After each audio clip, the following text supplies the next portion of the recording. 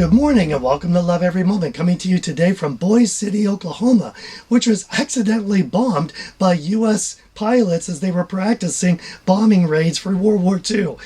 Well, today's verse, and we're actually doing two verses today, 1 John 5, 4, and 5. For whatever is born of God overcomes the world, and this is the victory that has overcome the world, our faith. Who is the one who overcomes the world but he who believes that Jesus is the Son of God? Well, today might be a bit controversial as we have topics like overcoming the world in victory and faith. And there's some that read this and say, as long as I believe in Jesus, I can overcome. Notice this, I can overcome anything.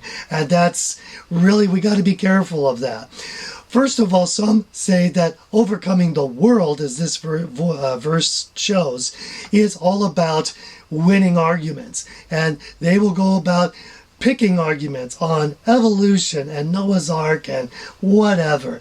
And as if winning an argument was the prime goal of Christians, rather than showing love and winning souls. We've got to make love our priority. Other people think that victory means overcoming in a political sense and having our way politically. And if we complain and argue enough, we'll get our way politically.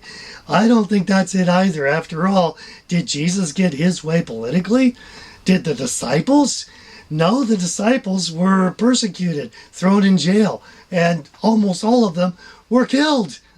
So, no, they didn't get their way politically either. And yet I see Christians that seem to make that their number one goal if you look at their postings on social media.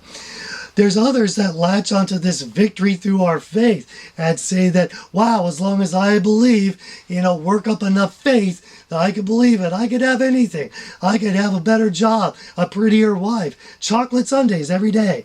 And that's not what it's saying either. And if this is not what it's saying, then you may ask, what is it in context for? Context. That's the key word. What is the context here?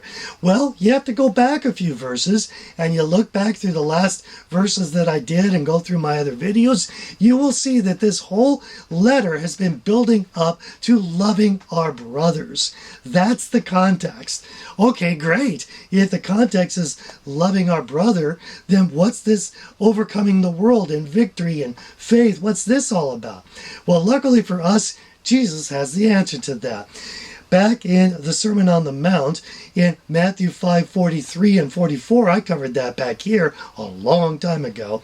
Jesus says this, "You have heard that it was said, you shall love your neighbor and hate your enemy.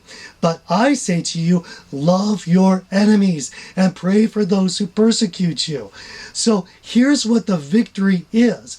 The world system says we should hate people. There's people worth hating, according to the world. Jesus says, no, we can conquer that mindset. We can have victory over that defeatist mindset and win with love. Love is going to win. Now, careful through our own love. Be careful, because sometimes we tend to psych ourselves up.